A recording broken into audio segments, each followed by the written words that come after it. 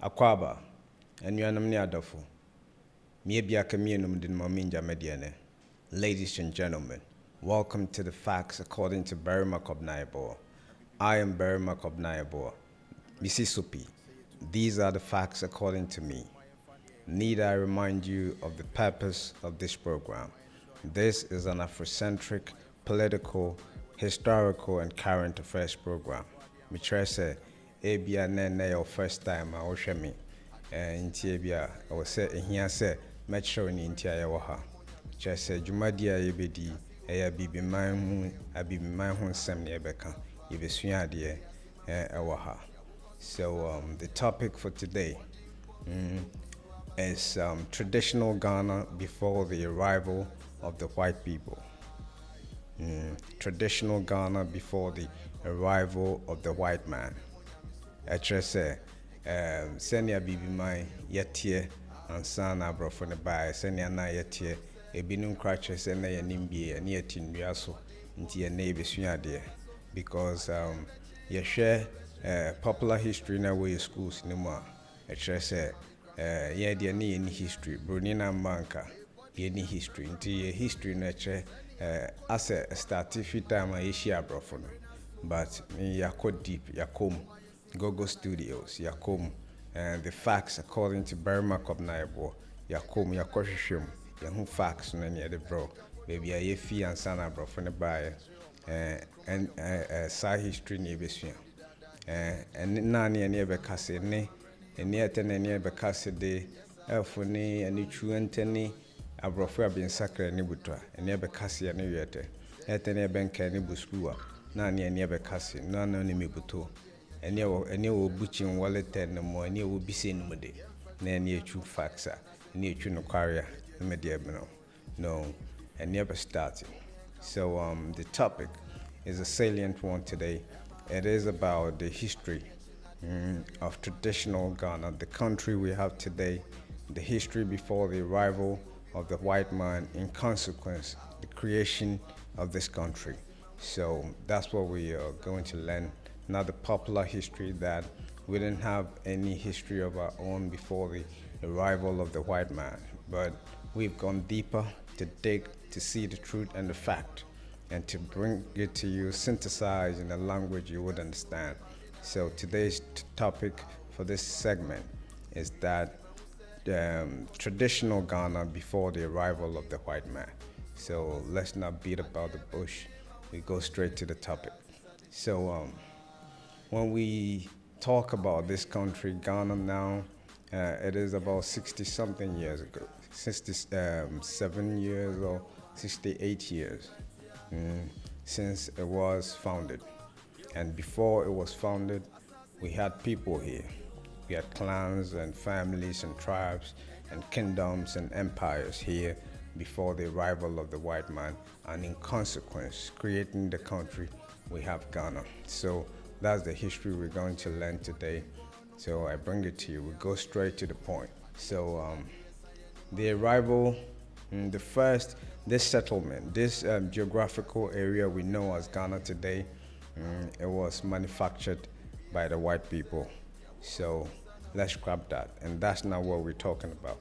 This is before that geographical area was created that we know as the map of Ghana. So this area we know as Ghana now, for centuries, there were no people on it. It was thick forest as part of the southern African continent, or coming downwards because the civilization started upwards. And due to migration and war, the people of the land, African, descended or migrated downwards, coming into the forest for safety and all. So in this land, Ghana, it was vacant. There were no settlers for a long time. So before, in the 10th century, 9th century into the 10th century, there were a group of people from the ancient Mali Empire. They were part of the Soninke Empire. Soninke is the origin of the modern day Akans. They were in the ancient Mali Empire. And there were a group of people. There were the Akans and there were the Guaranis. And the Guaranis, they migrated first. The Guaranis were now they are the ones we know as Guans now. The original name were Guaranis. They were part of the ancient Mali Empire. They were agrarian clan. It means their means of earning a living or their predominant occupation were farming and blacksmithing. So they were part of the Soninke Empire until that empire was conquered by the Arabs and they accepted Islam. So the people of the Guans, they didn't want to accept the Islam.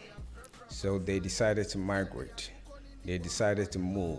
So the original name were the Guaranis. And before they could move, in those days, before any group of people or clan could consider migrating, they must consider some factors. Factors like a long line of blacksmithing. If they have a credible line or generations of family, of blacksmith in the family, blacksmiths, that has been descended down from the first generation to the 10th generation, that they could move in the sense that blacksmiths were the first scientists in the sense they could produce tools and implements for families and clans to produce food, produce farming and to hunt for food. So they needed blacksmiths. They needed agric experts, people who know the land and crops, what kind of crops can grow in certain areas and what kind of diseases can fight, what kind of herbs or remedies for diseases that can attack crops. So they considered all those facts, and until they could attain such pertinent aspects or factors of migration, they started moving. So they moved southwards. So the Guaranis moved. And in fact, the movement of the Guaranis started from the ancient Kush Empire before they came into the ancient Mali Empire. Like all African clans and civilizations, all black people came from the north into the south, from up to the down, because the ancient Kemet civilization, the place we know as Egypt right now, they called it, the black people called it Kush. The white man or the Greek came to call it Egypt. So the continent, Egypt was the name of the continent. And we are the black people, we are the Egypt they talk about. Not the country we call Egypt right now. The country we call Egypt right now was known as Kemet, was part of the empires in the Egypt, which they used to refer to as the continent. But today, you might be confused that I'm talking about the Egypt country. So all black people migrated from Kush, and the Guaranis and the Akans and other tribes and other clans settled in the ancient Mali Empire until Islam threatened their peace, and those who would move, they moved, and the Guans or the Guaranis moved, and they moved. There were a whole bunch of people migrating. They settled in the present-day Ivory Coast before some moved towards the modern-day Ghana. So they came from the north. The first entry into this modern-day Ghana was from the north. So the Guans first established or came to the north. So Gonjas, kings like Indeura Jakba, or Tarifuom, all of them were Guaranis, and they spoke the Kwa language of the Kwa group of African languages. They have the Gbe group and the Kwa group. The Gbes are the Gandangbes and the Evers. They are part of the Gbe group, and the Kwa group are the Akans and the Guaranis, all those Kwa speaking groups. And from the north, they saw the place was, there were fertile lands and safety downwards. So they descended from the north of the modern day Ghana into the middle belt, or down southern to the southern part of the country.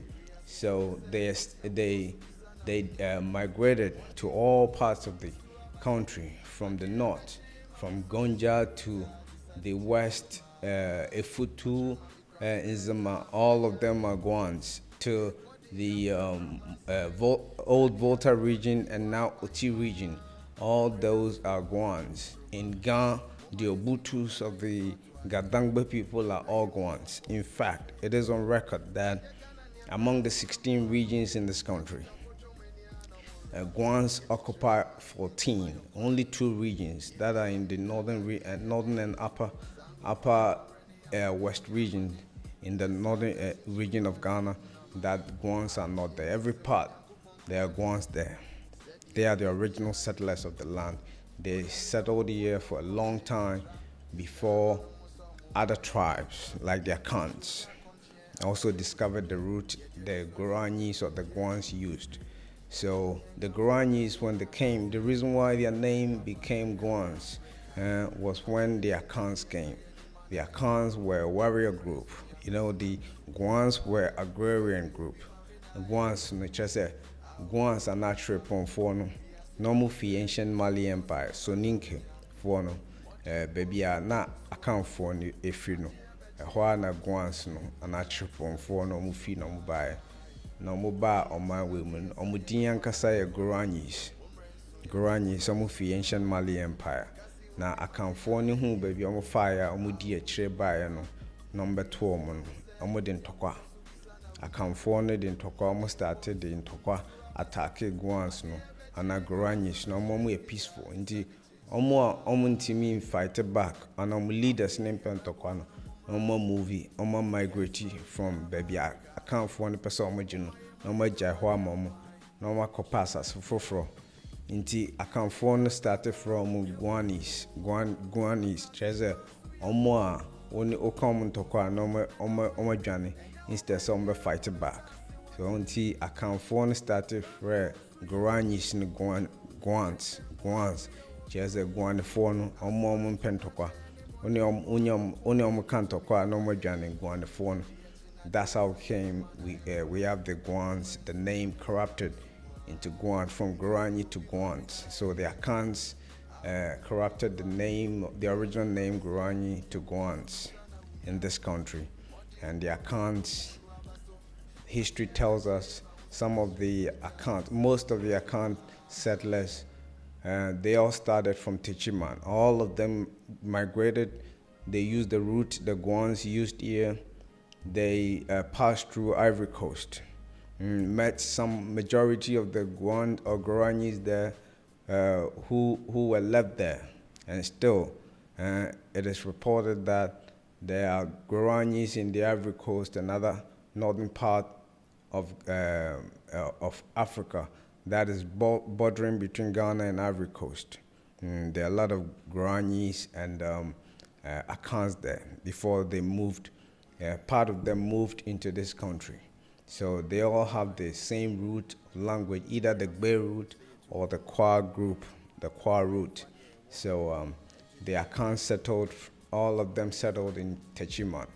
Either Asante, Fanti, or whatever, all of them came. They settled in Techiman, the Bono region, and until they started dispersing by clans.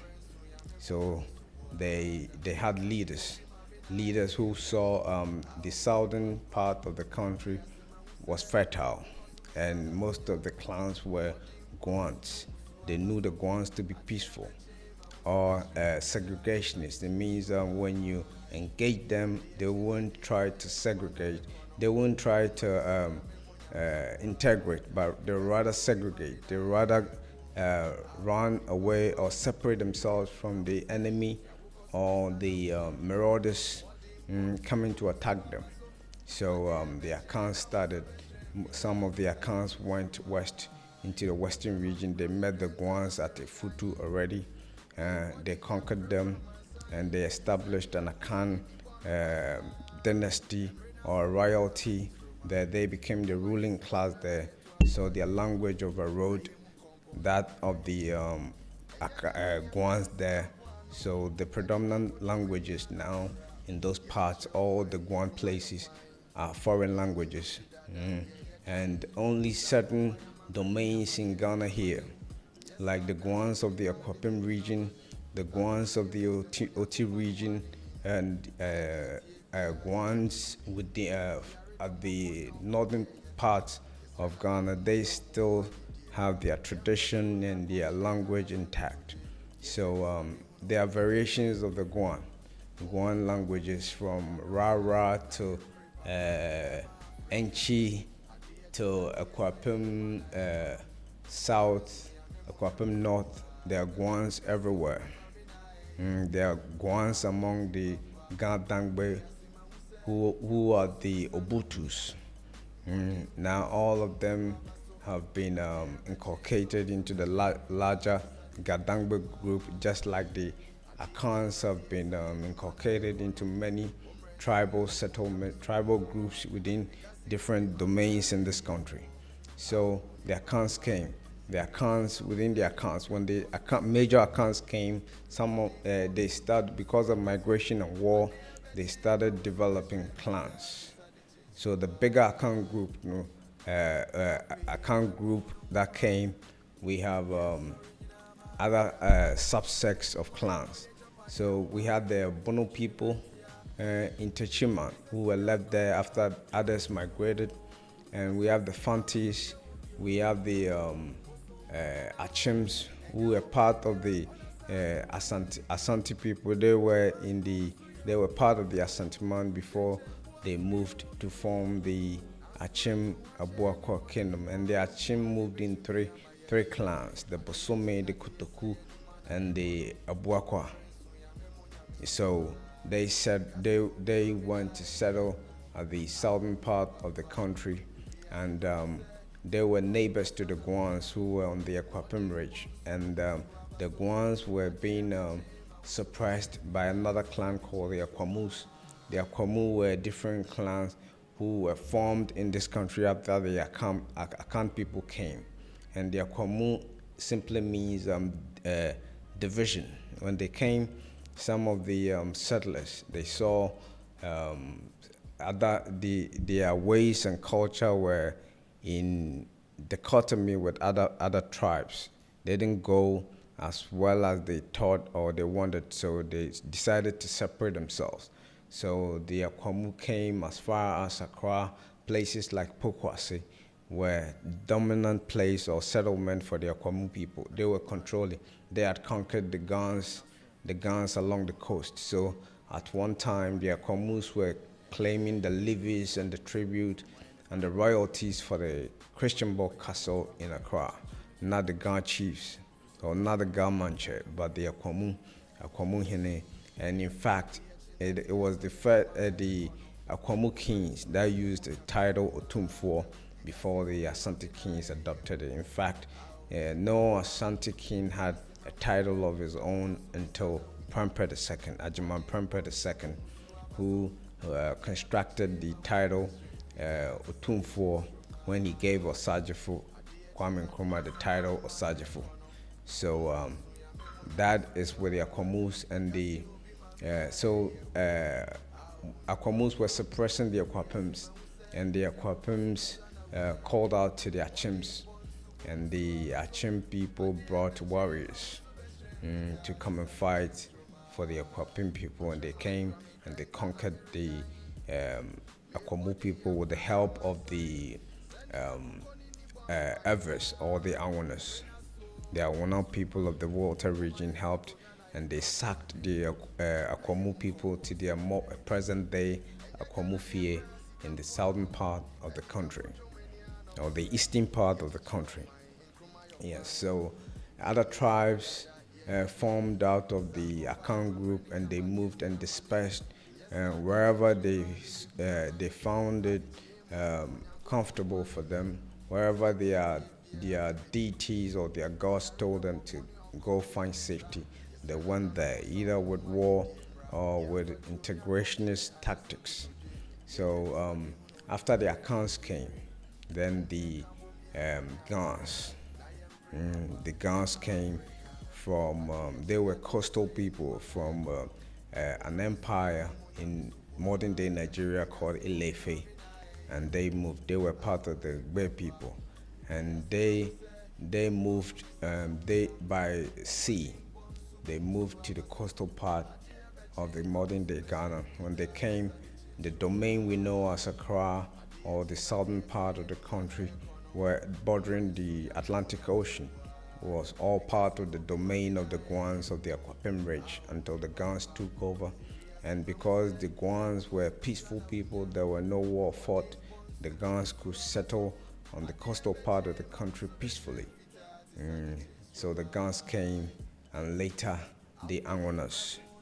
The Angonas came from ancient Benin, and Dahomey, Benin. There were three groups that moved. They were from Kush. They passed through the ancient Mali Empire and came to settle in the Benin, modern day Benin country. And they were in three groups. When they moved from the ancient Mali Empire, there were the Awanas, there were the Fong, and there were the Agus. The Agus went to Nigeria in Ilefi. The Fongs remained in Benin, the modern day Benin. So the Fon Evers are in Benin, and the Anwana Evers came to Ghana here. They passed through Togo. That's where they met the infamous King Agwakoli, who was brutalizing them. So they moved and came here. So the original and tribal name of the people in the Volta region, they are Angonas. The ever name is as a result of the name of Togbe Ewenya. Togbe Ewenya was the leader who brought them here from the ancient Fon Empire. So he led them. So when the Akan or other people, when they were calling themselves, they called themselves Ewenya. The people of Ewenya. And because their vocabulary and letters were invented by the Germans, so the W became V, as the Germans pronounce every W. So the W sounded like a V. So instead of Ewe, it sounded Ever, because Germans invented such letters and alphabets because they were part of the German, they were German territory. They were not part of the Gold Coast. It was Osajifo Dr. Kwame Nkrumah who brought the Evers into the Ghana country. It was not part of the Gold Coast. They didn't sign part of the bond of 1844. So they were a German colony until the independence in 1957. They brought them together. There was a plebiscite for it that the Angonas will come join the country Ghana to be a unified country of different clans and families and dynasties and kingdoms and empires that grouped here. So basically, those are the groups that migrated here, and we have them here: the Gans, the Evers, the Guans, the Akans, different variations of Akans that form the predominant tribe in Ghana, the modern day Ghana as we know it.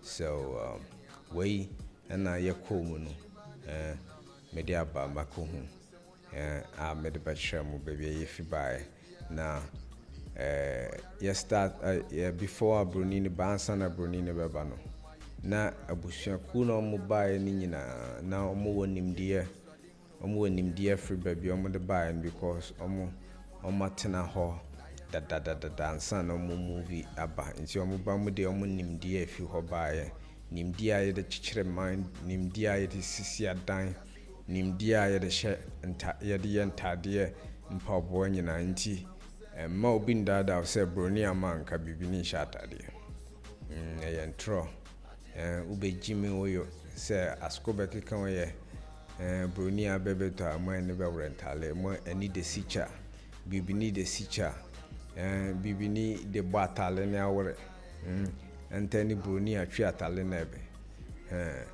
no na na mi atwi na be ani ewete na ne be keka ne history no so black Ghana before the arrival of the white man had it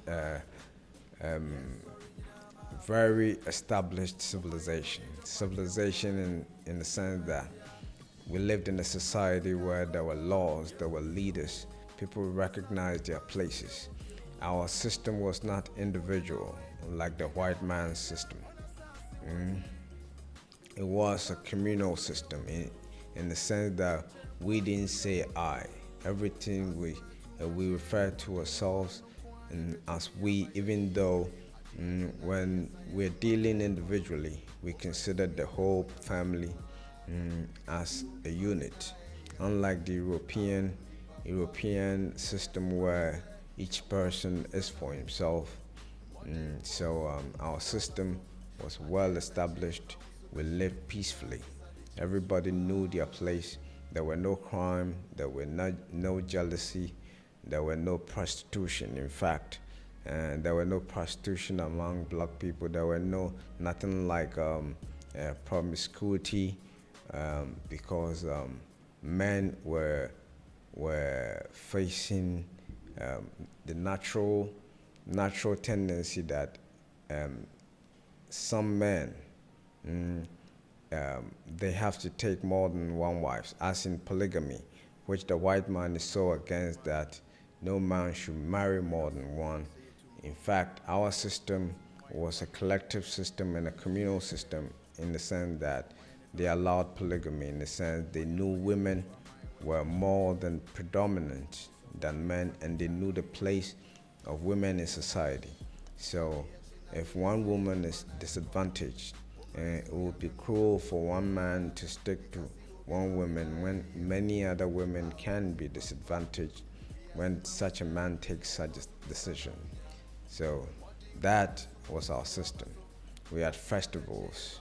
We had our own calendar, our own way of calculating the calendar before the white man brought the Gregorian calendar.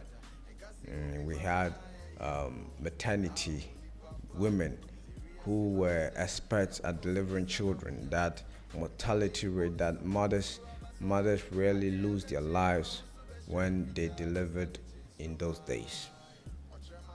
We knew cesarean before the white man came.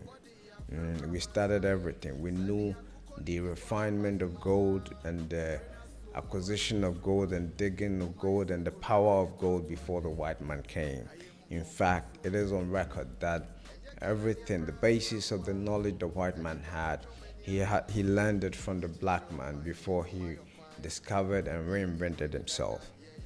So that is the history. Let nobody confuse you and lie to you that before the arrival of the white man, the black man was living on trees without civilization, without any knowledge of a system.